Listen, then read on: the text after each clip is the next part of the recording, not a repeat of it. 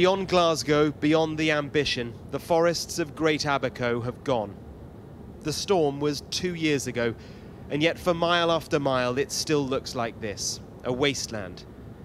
And the communities around have hardly rebuilt. And do you remember the storm very well? Yes, sir. It was very bad. It's something I never want to experience again. Zander Gardner is just 18, showing us around an island that puts the COP conference and his future in context. This right here, this was actually a school. The money to rebuild from the Bahamas' most powerful storm on record never came. It's a long journey, but we'll make it. Marsh Harbour feels forgotten, frozen in that moment 2 years ago. Beyond the sound of a slow rebuild, everyone here wonders what the future holds. In Glasgow, the jargon is loss and damage and adaptation finance, a push by island nations like this to demand the big polluting countries pay for the consequences here. And the text agreed on is, they say, disappointing. Mechanisms, but no commitments. And it's not just the destruction, but the displacement. So your mum lives down here? Yes. Okay. Maybe we can go and meet her. These pods are temporary homes for all those who've lost theirs. How long have you lived here? What about, the next storm? Because that must be such a worry that another one will come. I know I ain't gonna be here. I had to go.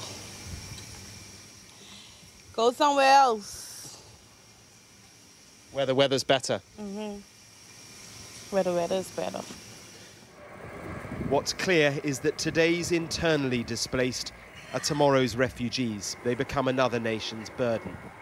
How long have you been here? A few pods down, 21-year-old Dominique invites us into her temporary home. Wow, look at this crab. It's lunchtime, and Mum, Gardenier, is cooking. Any little rain or thunders they hear, like my nephews, you can see like they're a little scared and they go back to thinking about it. So just trying to get back in some housing that's gonna, I want to say, hopefully protect us if another hurricane was to pass here again. Chatting to Dominique, it's clear that she's no time to think about the climate science or the culprits because she is living it right now. For her, what matters is her family's survival and existence. And that's sad to say, but that's the honest truth. But now that we're talking about that and how you're telling me about the conference, trust me, I'm definitely going to look that up. The weather changes fast here. It's hurricane season, and they're holding their breath. Up the coast is the fishing community of Cooperstown. A break in the rain is a chance for a chat with local firefighter Kirk Murray, a man clearly scarred by what he experienced 2 years ago, but not defeated. You know, if we give up now, all hope is lost. If we come together as a country, a neighboring country, we could all do this together. It's a fight together, because we're just a cough. If they cough, we catch the cold. So if we do this together, ain't nothing could stop us. You know, the really alarming thing is that whatever the deal in Glasgow, whether or not countries stick to their pledges, here it is probably already too late. Even the most modest temperature rise predictions would see sea level rises of up to 1 metre, and that would put this entire island community underwater.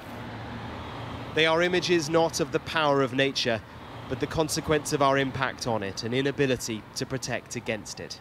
Here, they are beyond the pledges, the promises, the compromises in Glasgow.